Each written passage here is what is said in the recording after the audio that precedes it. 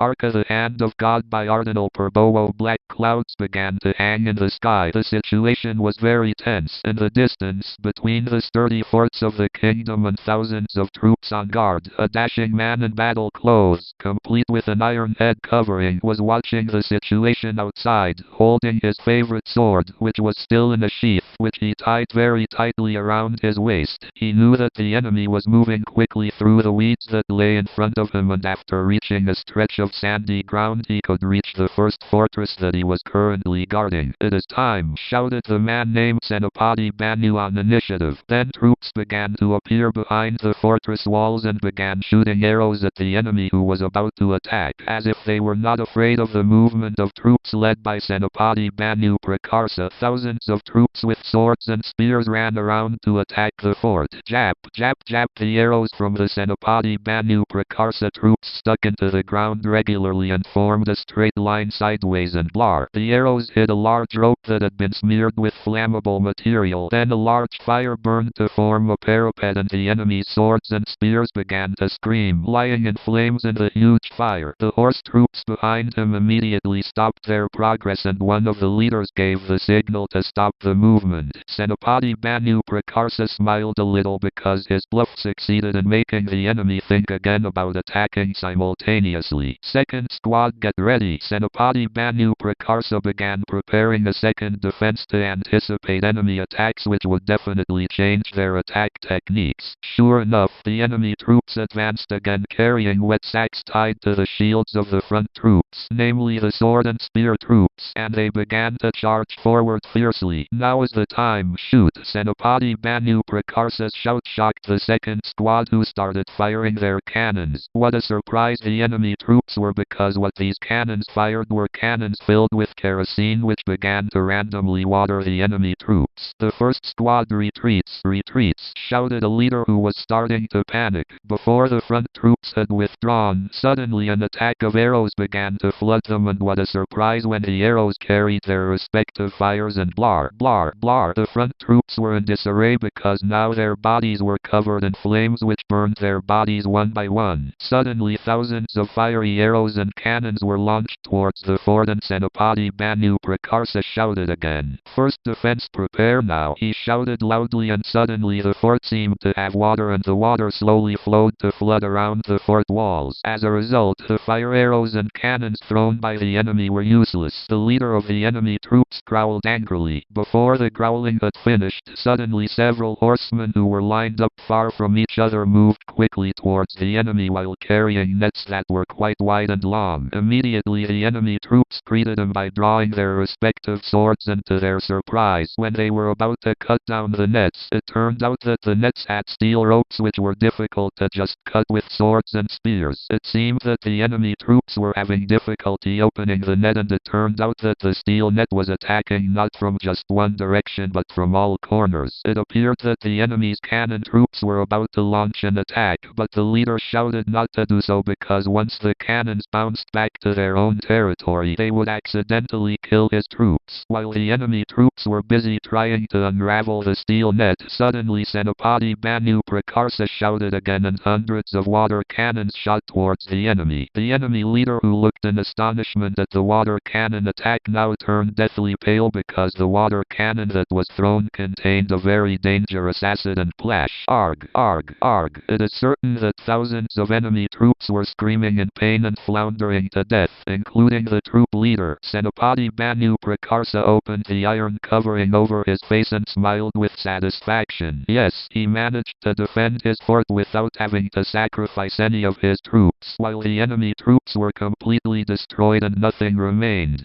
Barjo, his loyal bodyguard, was stunned in amazement at the sight, and Senopati Banu Prakarsa just patted Barjo's right shoulder and said, "That's what is called intelligence over strength," said Senopati Banu Prakarsa as he walked away and turned towards the fort. Star star star. Senopati Banu Prakarsa knelt before King Sakanagara while reporting the results of his war to defend the fort of the Guntur Dwarna kingdom, which had just received war troops from the neighboring kingdom who wanted to seize the power of King Sakanagara. "Good, very good, Senopati Banu Prakarsa. You are indeed a Senopati I can rely on." "Thank you, Your Majesty. Now I will excuse myself." Raja Sakanagara Sagara nodded and smiled with satisfaction seeing his formidable Senopati. Now what do you want to say, Padabarada? Excuse me, Your Majesty, after I received a report from several of my subordinates who said that the residents around the outskirts of the city complained that their crops were always being confiscated by robbers from somewhere, so the tribute given was greatly reduced. Padabarada replied slowly, can't you find out who the band of robbers are and whether they have anything to do with the Sagara Api kingdom that attacked us earlier? My goodness, Your Majesty, I have tried to find out, and it is true that all of this came from people sent by the Sagara Api kingdom. Bastards, apparently they always want to find out something about me. My goodness, Your Majesty, it seems that their ambition to enlarge their territory is being carried out. Can't our attacking troops attack or intimidate them so they don't always look for trouble here? Yes, I have done it, Your Majesty, but their troops are no less strong, so our attacking troops always fail halfway. Then what is your advice, Pada, regarding all this? Forgive Your Majesty, I suggest that Senopati Banu Prakarla, who might be able to lead an attacking force to bully our enemies, might even be able to take over the kingdom of Sagara Api. No, you can't. Senopati Banu Prakarsa must stay beside me and protect this kingdom. Forgive Your Majesty, forgive this servant's impudence, but until now I have not been able to assign anyone worthy of this great task. Is there not a single one of the Senopati in this kingdom who is capable of carrying out this task? My goodness, Your Majesty, I have many times assigned several Senopati to attack them, but they always failed halfway. Yes, later we will think again about the best way out of all this, which is clearly to order more troops at the border to provide security for our people. Your Majesty, Raja Sakanagara took a deep breath while stroking his beard, which was starting to turn slightly white. There was a look of hatred radiating from Padabarada when he looked at Senopati Banu Prakarsa from a distance. I don't know what kind of hostility was going on. What is clear is that Padabarada's heart was very hot when the king always praised the skill and tactics that Senopati Banu Prakarsa carried out. Padabarada knew that if he succeeded in sending Senopati Banu Prakarsa, perhaps he would not return safely, and most likely he would be able to control all the troops in the kingdom, and that way his power would be so full that he could control the king as he pleased. Senopati Banu Prakarsa returned to his house and took off his armor and walked slowly towards his private room. A beautiful woman was fast asleep while still hugging her baby, and slowly Senopati Banu Prakarsa kissed the tiny baby and then slowly kissed the woman's forehead. Oh, Maz is already home. Sorry I fell asleep earlier. Never mind Nimazeu, just continue sleeping. I'll take a shower first. Let me prepare the warm water first, sir. Nimazeu was about to get up and Senopati Banu Prakarsa held Nima's shoulder. Never mind Nimas, let Bak do the preparations. You go back to sleep and take good care of our son. Nimazeu nodded slowly and lay back down, then looked for a moment at the baby beside her and gently stroked the baby who was fast asleep. After showering and changing clothes, Senopati Banu Prakarsa sat in his rocking chair, and while smoking tobacco with his hook, he pondered for a long time, and then he was surprised by the presence of his men, who slowly approached, sang Senopati. Sorry sir, I disturbed them. Our Senopati's rest. It's okay Barjo, how come the task I gave you has been completed? Yes sir, maybe in a few nights everything will be finished. Good. Keep all this a secret to anyone and promise me to always be loyal to me. Of course sir, I will always be loyal to Mr. Senopati. Senopati Banu Prakarsa headed to Padabarada's residence, and with full confidence, Padabarada welcomed Senopati Banu Prakarsa and ordered him to enter Padabarada's residence. Excuse me, my lord Padabarada, what could have happened that my lord called me here in such a hurry? Okay, Senopati Banu Prakarsa, as your majesty has instructed me with this increasingly critical situation, with full trust I give this task to you, Senopati Banu Prakarsa, to immediately act to protect this country from attacks by our enemies from the Sagara Api kingdom. I hope you can finish everything quickly. Yes, my lord Padabarada, I will immediately prepare everything and leave immediately. Please Senopati, I hope your task can be completed quickly. There was a sly smile on Padabarada's lips, who was just watching Senopati Banu Prakarsa Prakarsa leave. Finally the troops led by Senapati Banu Prakarsa arrived at the border of the Guntur Dwarna kingdom. Senapati Banu Prakarsa's eyes continued to search all corners of the world. It seemed he was planning a strategy and ordered some of his troops to immediately deploy according to his plan. He knew this was a very important task for himself and the Guntur Dwarna kingdom, because now was the time for him to completely attack the Sagara Api kingdom, dead or alive. It was very difficult to attack the opponent's area first, but Senapati never retreated when the king and his Pada gave him a task. It could be seen that around 20 spearmen from the Sagara Api kingdom were starting to prepare to mobilize their strength to completely attack the troops from the Guntur Dwarna kingdom. The bitter revenge of the Pada who immediately intervened in the war this time was no longer inevitable. Almost many times his troops were slaughtered when they wanted to attack the first fortress of the Guntur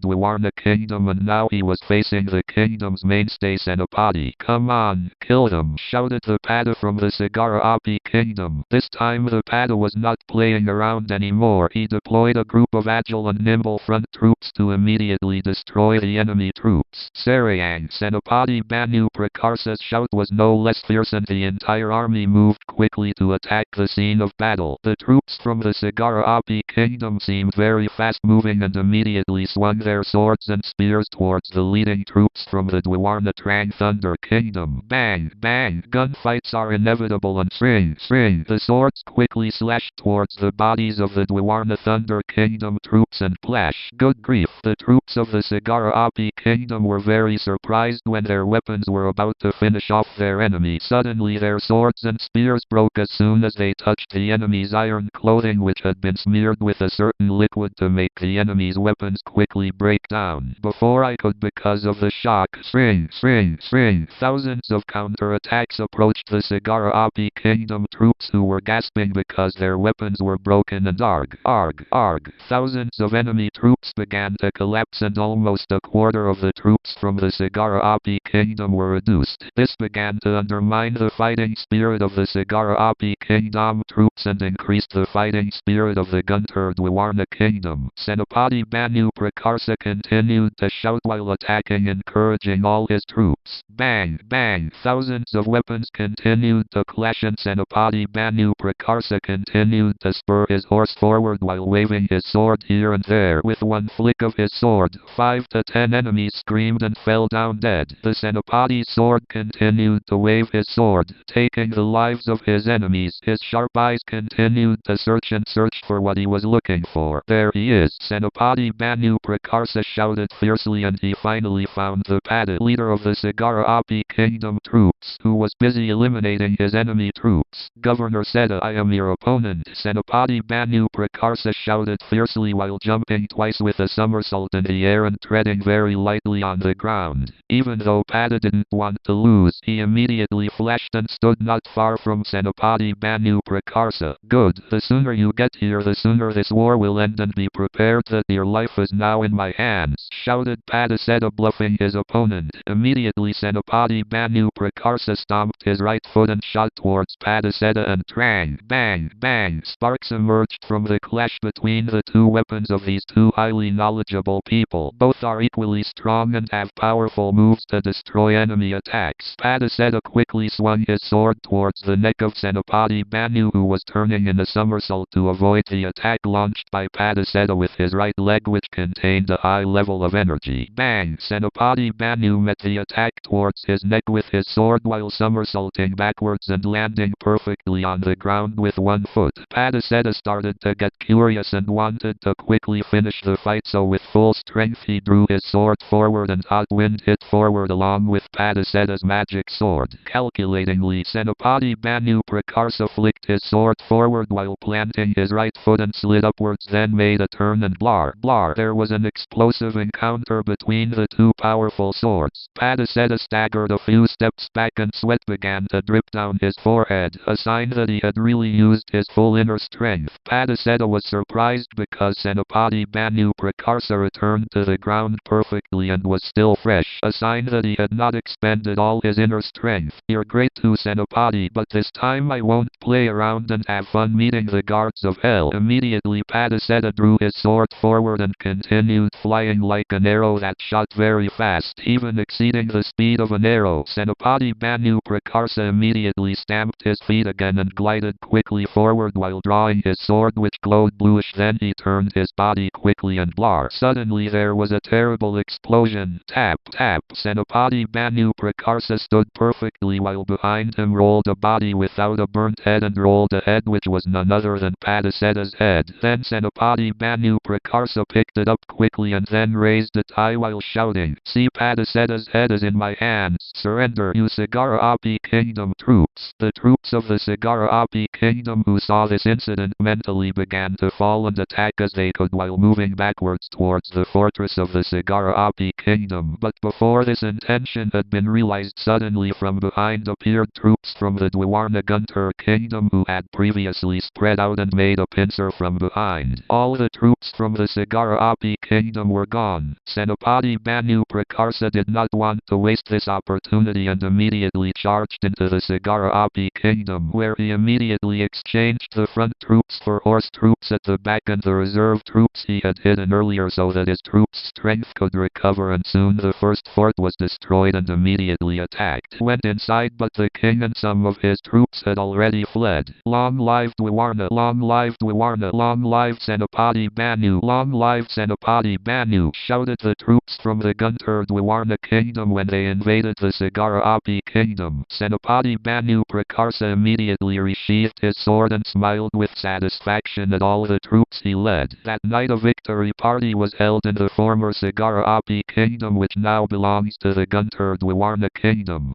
He was having fun partying, and when Senopati Banu Prakarsa was about to drink his second drink of wine, he suddenly fell silent for a moment and sharpened his sense of smell, then immediately stood up and shouted, "Stop everything, no one drinks wine." All the soldiers were stunned, and while asking themselves questions then they stopped their party and hewik.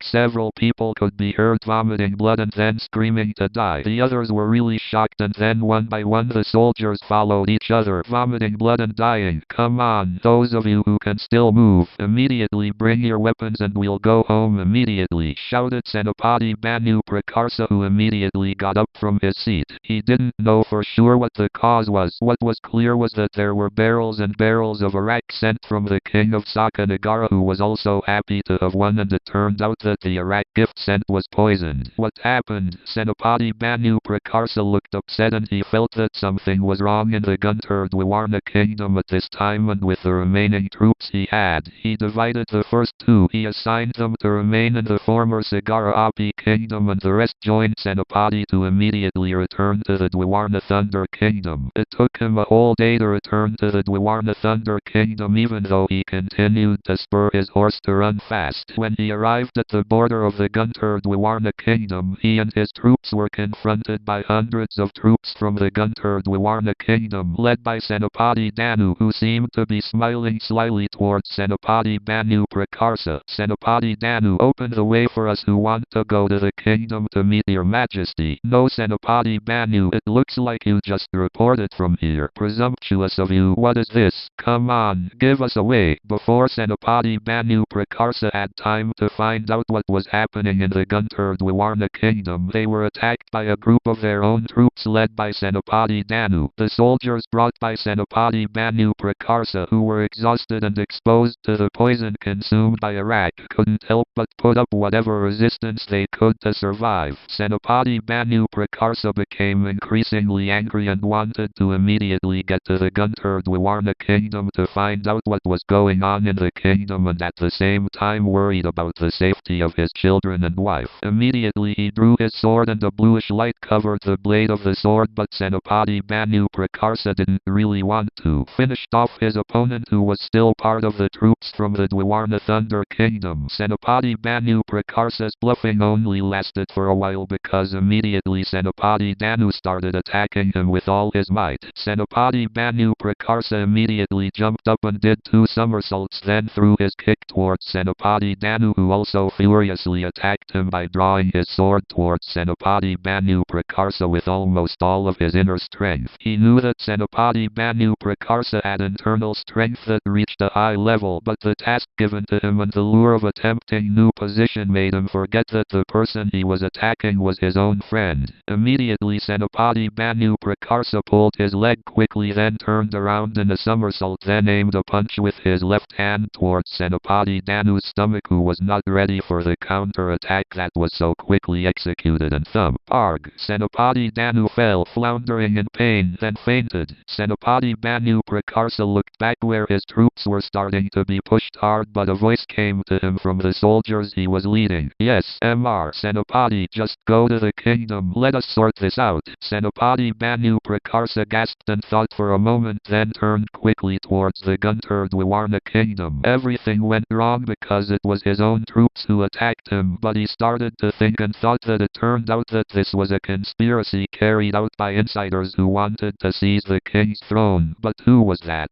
Instead of being curious, he immediately jumped using high-level body lightning knowledge to the Dwarna Thunder Kingdom. The chaos within the Dwarna Thunder Kingdom began to stir violently. The royal troops were confused because those who attacked the kingdom were their own soldiers wearing the same uniform, so they didn't know which was their enemy and which was their friend. But even so, the soldiers guarding the palace did their best to protect the palace, which was occupied by His Majesty the state. Many soldiers had to die and fell lifeless at the palace doors. Two retainers were seen moving quickly inside and knocking on the door of Paduka Sakanagara's room, who was also shocked and surprised by the situation. I'm sorry 1,000 times, Your Majesty. Outside, the situation is urgent and we hope Your Majesty will be willing to accompany us out of this palace. No, this is my palace. Why should I run? Where is Senopati Banu Prakarsa? Why hasn't he appeared before? Sorry, Your Majesty. Senopati Banu Prakarsa is being assigned to attack the Sagara Api kingdom, so he can't be here.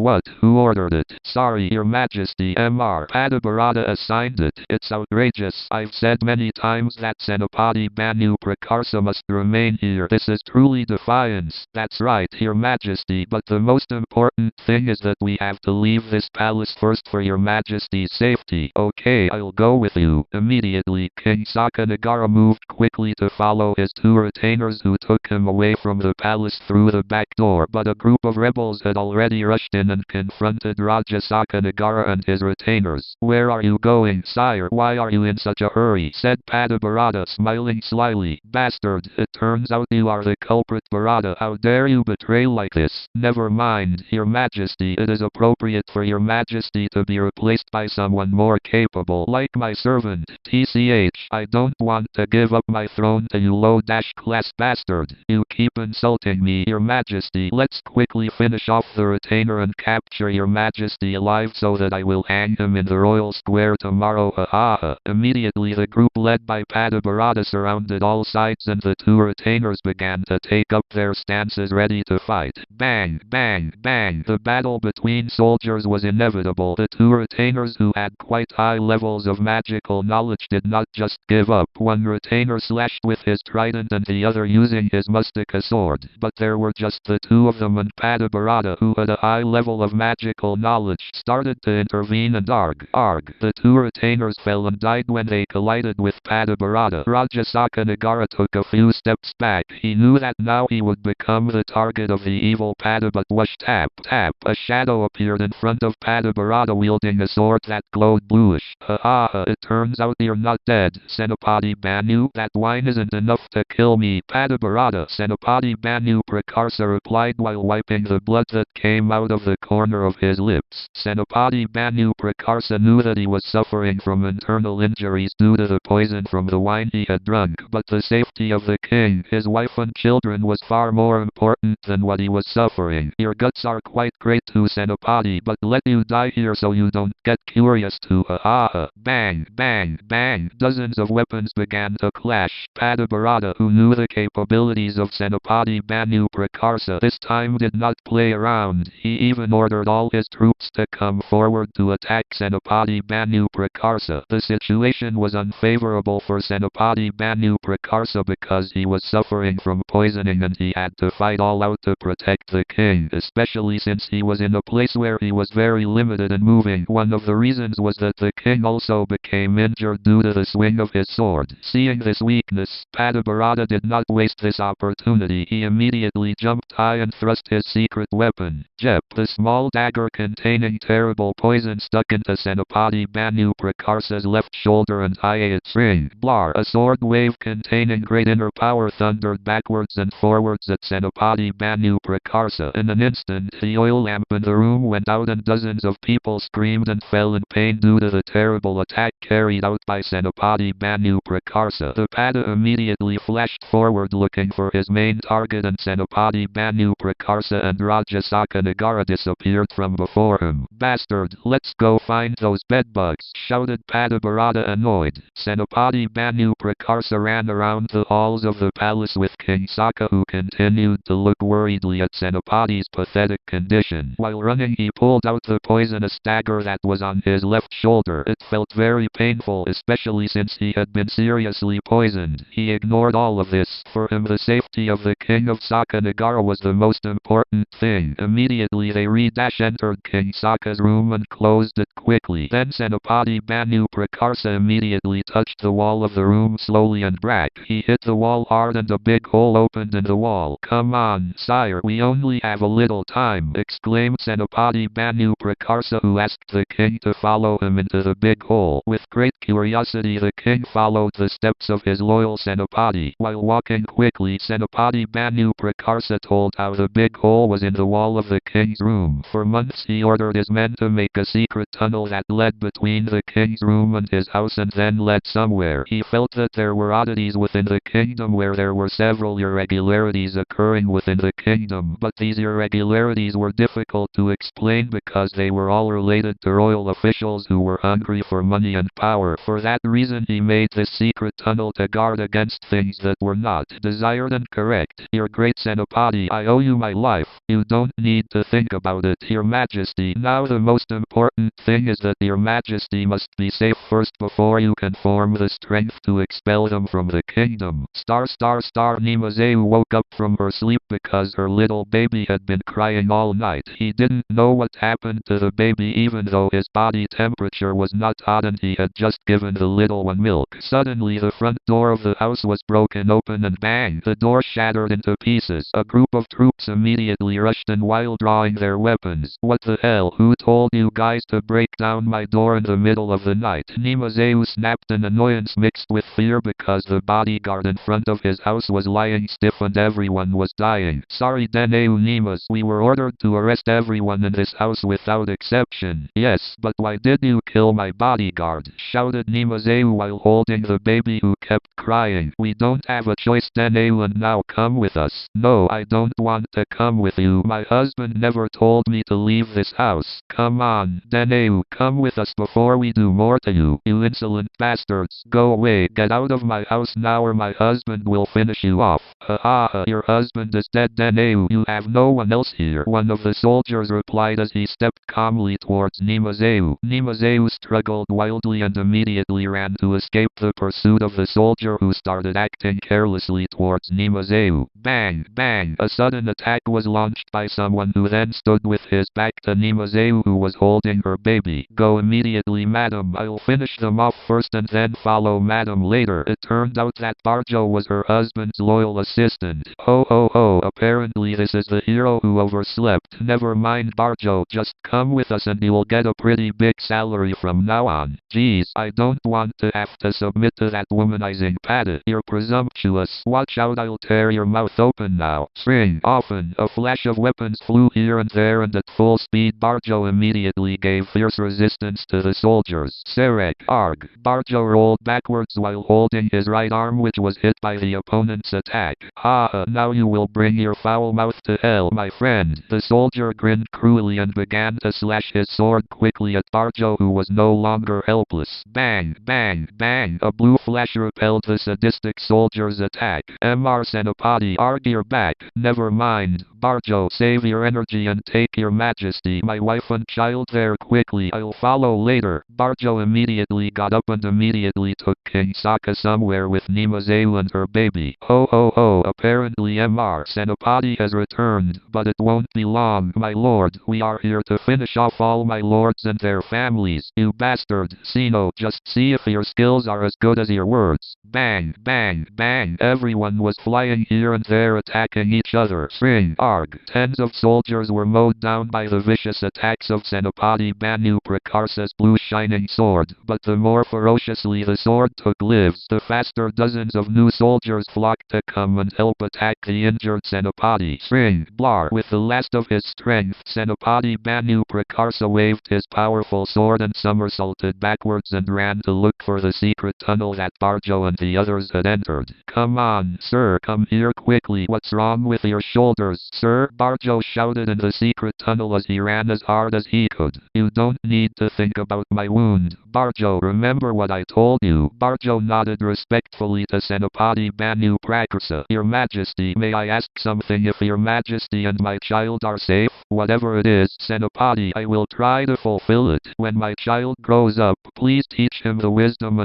that your Majesty has created in our country. Of course, Senopati, I will consider him my own grandson. Thank you, your Majesty, and you, Nimazeu, forgive me for not being able to accompany you anymore. Entrust our son and look after him well. May God protect you all, Senopati replied, panting because the poison was starting to react very violently. No, husband, you have to come with me. Come on, you have to be strong, husband, for me, Nimazeu replied, sobbing uncontrollably. Come on, get out of here quickly. Let me try to block them from here. My husband, you have to come. Come on, my husband, Nimazeu shouted while pulling Senopati Banu Prakarsa's body, which was starting to get weak. Immediately, between having the heart and not having the heart, Barjo immediately grabbed Nimazeu's arm and carried the baby that Nimazeu was carrying while shedding tears looking at Senopati Banu Prakarsa, which was starting to get smaller in the darkness of the secret tunnel. The sound of footsteps began to approach Senopati Banu Prakarsa, who was lying exhausted, and with full strength Senopati Banu Prakarsa stomped both hands and blar, blar, blar. A terrible explosion occurred in the tunnel. The walls and roof of the tunnel were completely destroyed and collapsed immediately, hitting a group of soldiers who were chasing King Sokka. Buried with Senopati Banu Prakarsa.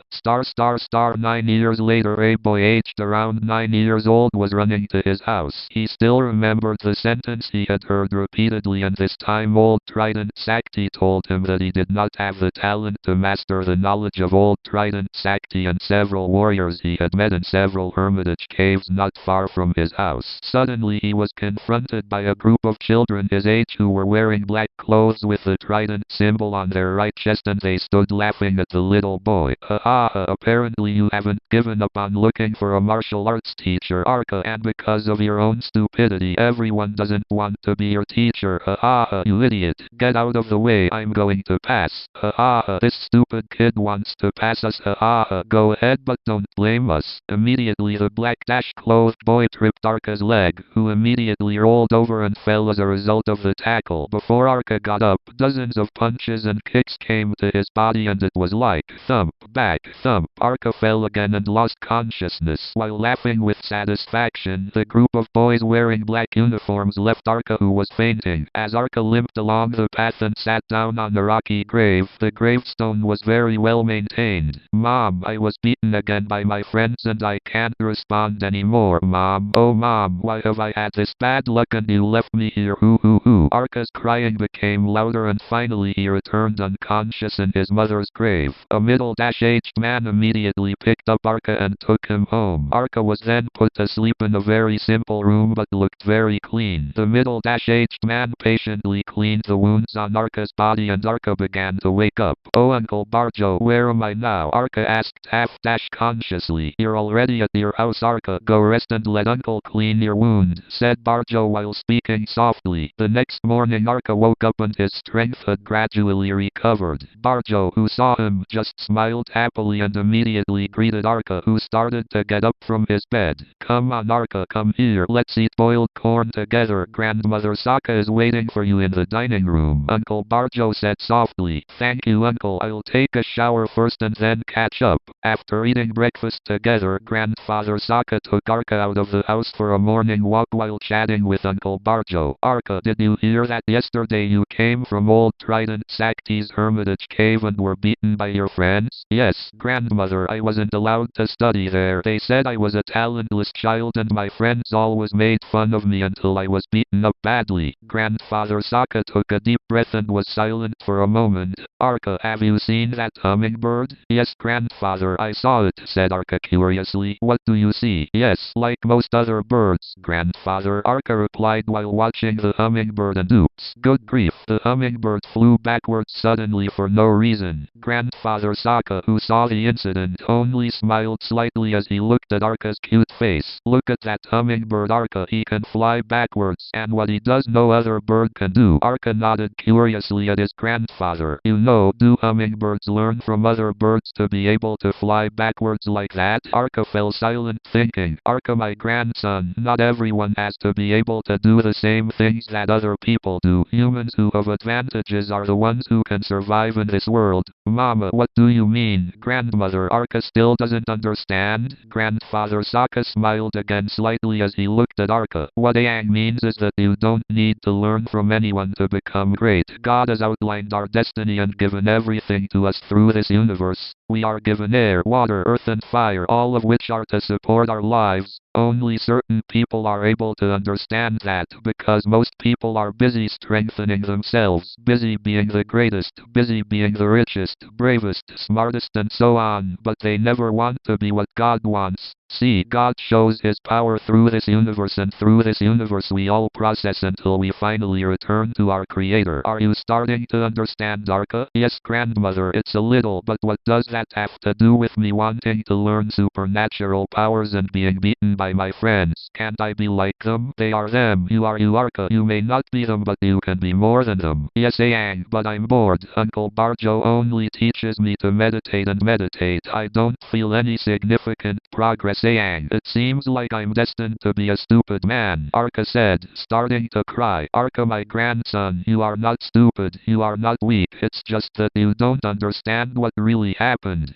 Continue training with your uncle because your late father entrusted Uncle Barjo to care for and train you. You don't need to be great or smart. What you need to do is now you just need to understand everything so that you can become that hummingbird. The same bird but with different abilities because it understands what God has destined for it. Arka was silent for a moment and reflected on everything that Grandfather Saka had said to him. Grandfather Saka and Uncle Barjo just smiled a little seeing Arka's cute face. Arka is starting to grow up and is now 17 years old. He was sitting in meditation on the large rock. Uncle Barjo always taught him that he could feel the energy of the universe and draw it through his hands and absorb it below his navel, and during this time he had to do it continuously until he felt a ball of energy spinning rapidly below his navel. Yes, finally Arka could feel the energy spinning, and it was spinning faster and bigger. Arka's body is getting hotter and sweaty and blah. The rock that Arka was sitting on shattered and Arka fell unconscious. Arka woke up after several hours of being unconscious and he tried to remember what had happened. Gosh, I managed to sense that energy vortex, Arka shouted happily and immediately ran towards his house. Uncle Barjo, Arka shouted excitedly. What's wrong, Arka? Why are you running screaming like that? Uncle, listen, I managed to sense that energy vortex. Good, Arka, you have finally mastered the first stage. What? I've been meditating for years and only reached the first stage. Uncle, be patient, Arka. Remember what Grandfather Saka said. Ah, okay, Uncle Barjo, it looks like I have to be more patient, Arka said, a little disappointed because it turned out that this was only the initial stage. That night Uncle Barjo sat opposite Arka, who was still waiting for what Uncle Barjo said next. Arka, what Uncle has been telling you all this time is the will of your father's father, and now it's time for you to learn for yourself from the Book of Internal Energy Science and everything that your late father entrusted to me. First, Uncle Barjo gave 2 books and Arka received them full of questions. Oh yes, there is another book that your late mother left to me, and now is the time for you to receive it. Uncle Barjo returned and handed a special book to Arka. In the past, your mother's grandfather was an expert in medicine and poisons, and your mother inherited that knowledge. Then your mother wrote down everything she knew in the book and entrusted it to me to give to you when you grow up, and now is the time for you to accept it.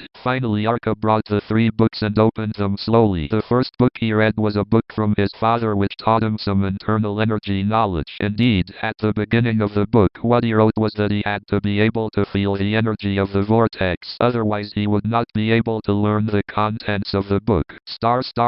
For days Arka meditated in the river which soaked him up to his chest. The river flow, which was quite fast and cold, did not make him stop his meditation. Since he managed to feel the energy below his navel, he has become more focused in practicing. It was strange that the river flowing through Arka's body turned warm and tended to get hot. Suddenly Arka's body felt very light until suddenly he was above the surface of the river, which was flowing very fast. Even though it was flowing fast, Arka's body was not carried away by the current. Even now Arka opened his eyes and stood perfectly on the surface of the river water. Arka jumped very high, doing several somersaults in the air, and stepped back on the surface of the river water. Then blar. Arka planted both feet on the surface of the water and jumped again. Then there was a terrible explosion. The river water splashed here and there as a result of the great explosion. Crutches. Arka just remembered that he hadn't eaten for almost 3 days. No wonder his stomach was asking to be filled. Arka quickly ran using his almost perfect body lightning skills towards the house, and when he arrived in front of his house, suddenly he rang. Spring. A sudden attack almost slashed his neck. Arka immediately rolled around and ducked to avoid the very sudden attack, and immediately he threw his body backwards, did 2 somersaults, and faced the attacker, who was wearing a black veil. Hey, who are you? Why are you going to attack me? Arka asked curiously. Before the attacker had answered, suddenly an attack from the attacker's sword began to flash, about to finish off Arka. By using very fast body lightning skills, Arka tried to dodge it by throwing his body to the right, then planting his feet and jumping up, then doing 2 somersaults. But the attack didn't stop just like that. The sword attack was no less fast, and Arka continued to turn his body downwards and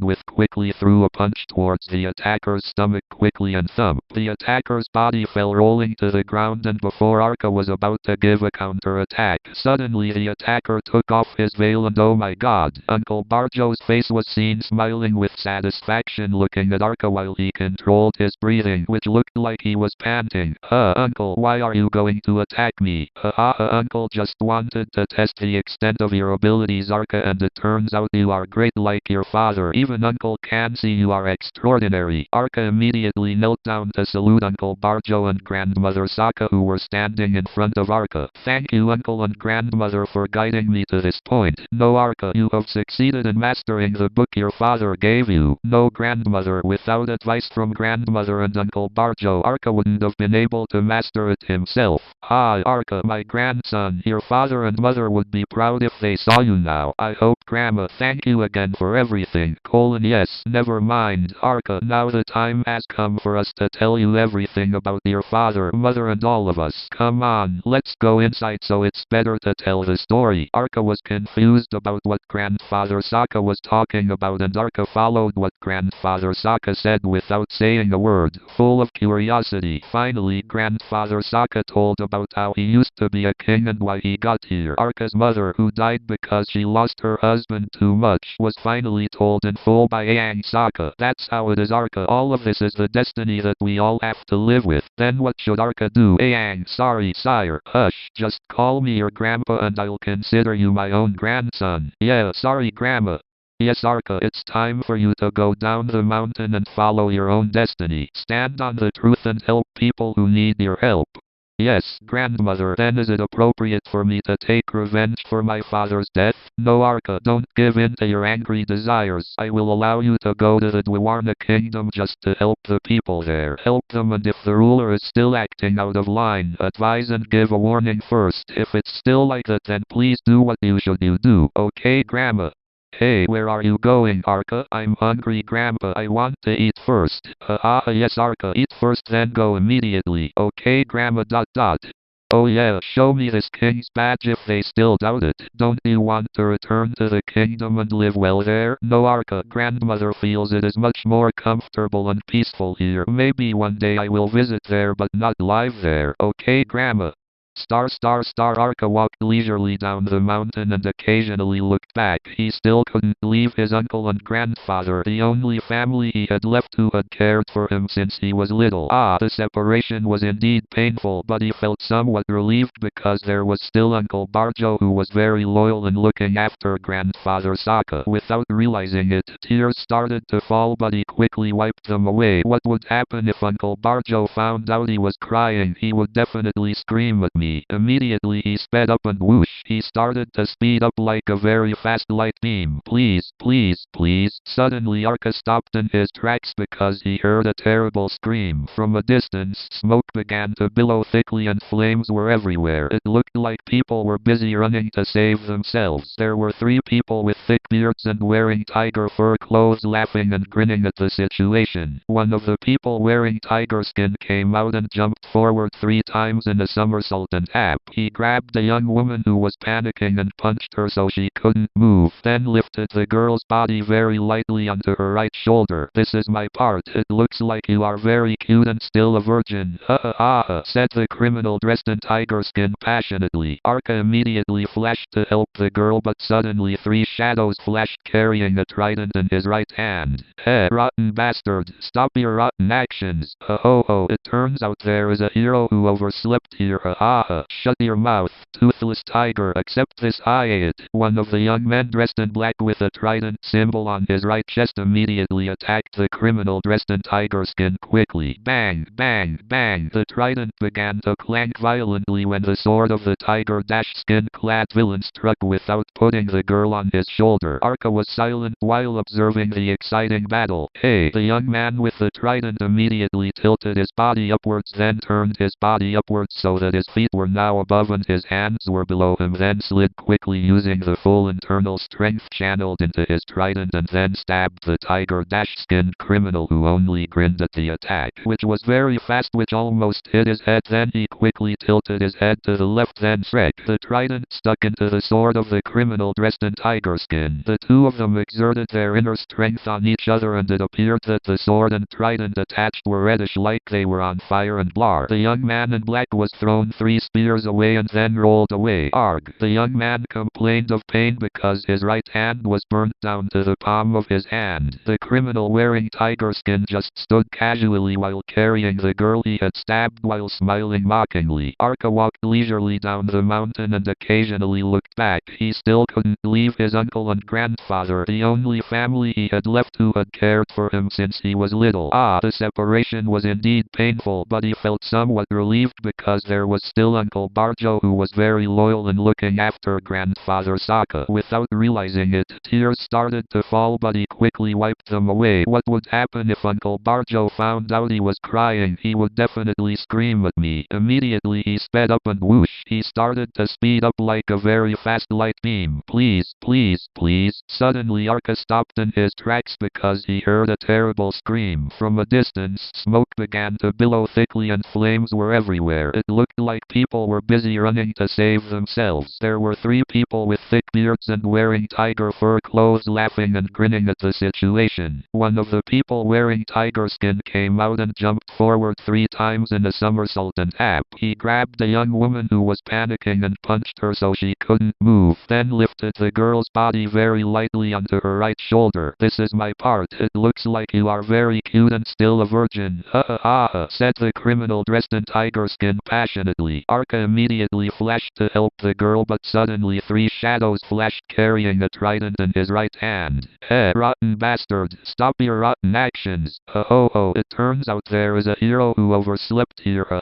Shut your mouth, toothless tiger. tiger except this idiot. One of the young men dressed in black with a trident symbol on his right chest immediately attacked the criminal dressed in tiger skin quickly. Bang, bang, bang. The trident began to clank violently when the sword of the tiger-skin-clad villain struck without putting the girl on his shoulder. Arka was silent while observing the exciting battle. Hey! The young man with the trident immediately tilted his body upwards, then turned his body upwards so that his feet were now above and his hands were below him, then slid quickly using the full internal strength channeled into his trident and then stabbed the tiger-skinned criminal, who only grinned at the attack, which was very fast, which almost hit his head. Then he quickly tilted his head to the left, then struck. The trident stuck into the sword of the criminal dressed in tiger skin. The two of them exerted their inner strength on each other, and it appeared that the sword and trident attached were reddish, like they were on fire and blar. The young man in black was thrown 3 spears away and then rolled away. Arg! The young man complained of pain because his right hand was burnt down to the palm of his hand. The criminal wearing tiger skin just stood casually while carrying the girl he had stabbed while smiling mockingly. Ha ha ha, smelly kid, just coming out of the hermitage cave. He's already looking for death with me. Here kid, let me skin you and hand it over to that crazy trident old man. Ha ha ha, you bastard, accept this gift. I ate. Simultaneously, the young man's 2 friends immediately attacked at the same time, and without moving an inch, the criminal in tiger skin just smiled mockingly. The 2 people in black immediately flashed together and formed an attack formation. Both of them spun quickly as if making a circle with sharp jagged circles while continuing to hold the trident, which had full internal power. Whoosh! Blar! The criminal in tiger skin threw a very deadly long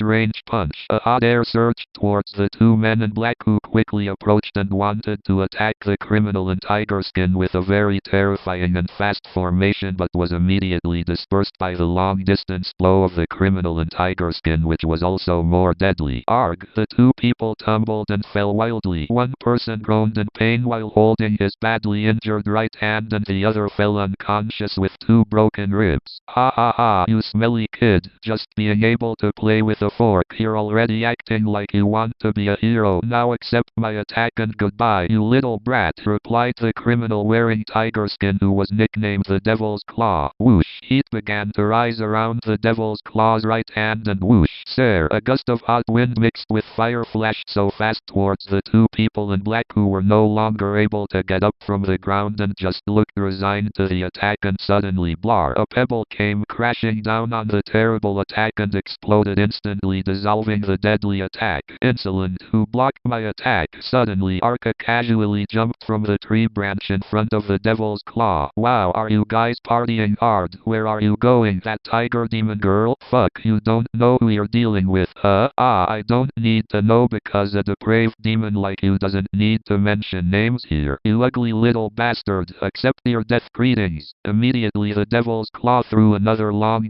range punch. This time the Devil's Claw was no longer playing around. He knew now that the person facing him was not the 3 people in black, but a young man who had high intelligence as well. It was proven that just by throwing 1 pebble he could block the Devil's Claw's deadly attack. This time the Devil's Claw didn't mess around. He immediately used his deadly long range punch again, and this time he used almost all of his inner strength to quickly finish the fight and take the girl he was carrying. Arka didn't seem to move from his position and seemed relaxed in facing this terrible attack, and when he was almost an inch away, Arka just put his hands on his hips and closed his eyes. Sue! The Demon Claw's Hellfire Punch attack suddenly shrank rapidly and disappeared, and then whew! Like with a spitting style, the Devil's Claw's Fire from Hell blow suddenly turned towards its owner quickly. The Devil's Claw immediately jumped up, then somersaulted backwards twice, and blar! The attack hit the small hut behind the Devil's Claw and exploded instantly. Satan's Claw immediately put down the girl he had stabbed earlier, and this time began to take a stance and prepare to fight seriously, because he knew that his opponent was not the ordinary warrior he often faced. Tell me your name, brat, so I can send your body to your parents. I told you, you and I don't need to get to know each other, because soon you two will be a corpse that will rot here. Ha ha ha. Arka replied casually. Honestly, this was the first time he had said something that harsh, but seeing the savagery of the Devil's Claw, it seemed like his anger was starting to become unstoppable, especially since he saw many innocent people lying dead in front front of him. Immediately the handlebar claw threw another long range punch, but this time he immediately stretched his arms forward while gripping his hands with his nails, which were starting to turn black and smell rotten. He knew that perhaps his long range blow would be easily parried, but the next attack would not be dodged. Surely the poison attached to his nails would spread to his opponent's body and he would die horribly. But he is also prepared to kick if the opponent tries to dodge by jumping up. This was a powerful continuous attack that he had to carry out to speed up this fight. Arka, who saw his opponent's attack, just pulled his right leg back and he pulled his right hand to his right waist and a blue light enveloped his clenched wrist and whoosh. The blue light immediately shot forward quickly and blar, a terrible explosion occurred again, and beyond calculation, the devil's claw, which was also rushing behind the explosion and was absurdly strong, its attack could not be stopped instantly because it was too fast, so it couldn't help but penetrate the direction of the explosion and groaned in pain because his claws were burned. Then Arka quickly ran forward and he did a crescent kick while jumping up and then did 2 somersaults backwards. The devil's claw, which was not yet ready to receive the attack, was thrown to the side with its body spinning quite fast and thump. He fell with his head broken at the top. Arka took a deep breath while shaking his head. This was the first time he had to kill his opponent, which forced him to do something like that because he had no other choice. When Arka looked to the side, he saw several people dressed in tiger skins running and jumping away because they saw that their leader had lost so badly. Arka immediately ducked and punched the girl, who then ran towards her house while thanking her. Then he immediately approached the 3 people dressed in black who were complaining of pain. "Banu, do you still remember me?" "Arka, is that really you?"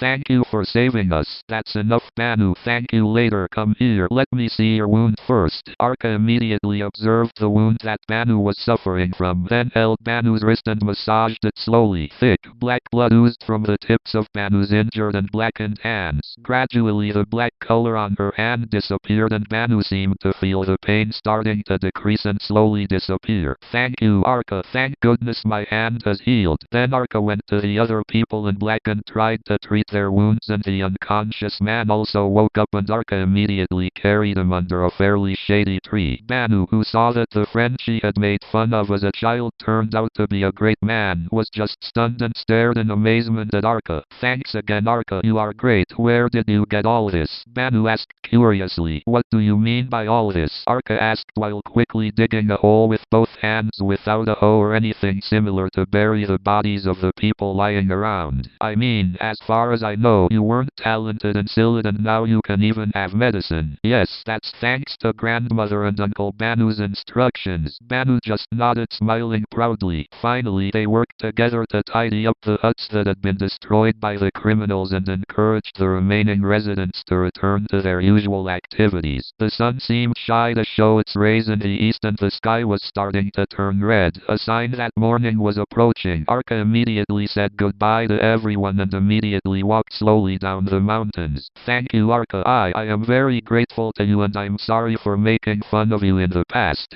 Never mind, Banu, you don't need to keep thanking me. That's our childhood. Forget all that. Please take care of the people here and my grandmother and uncle there, okay? That must be Arka. Goodbye. I hope your task is finished quickly and you can come back here again. Arka just smiled and immediately walked back down the mountains into the bushes and wild plants and disappeared. Banu and his friends as well as several residents there just watched from a distance and prayed that Arka could complete his task and return safely. The end.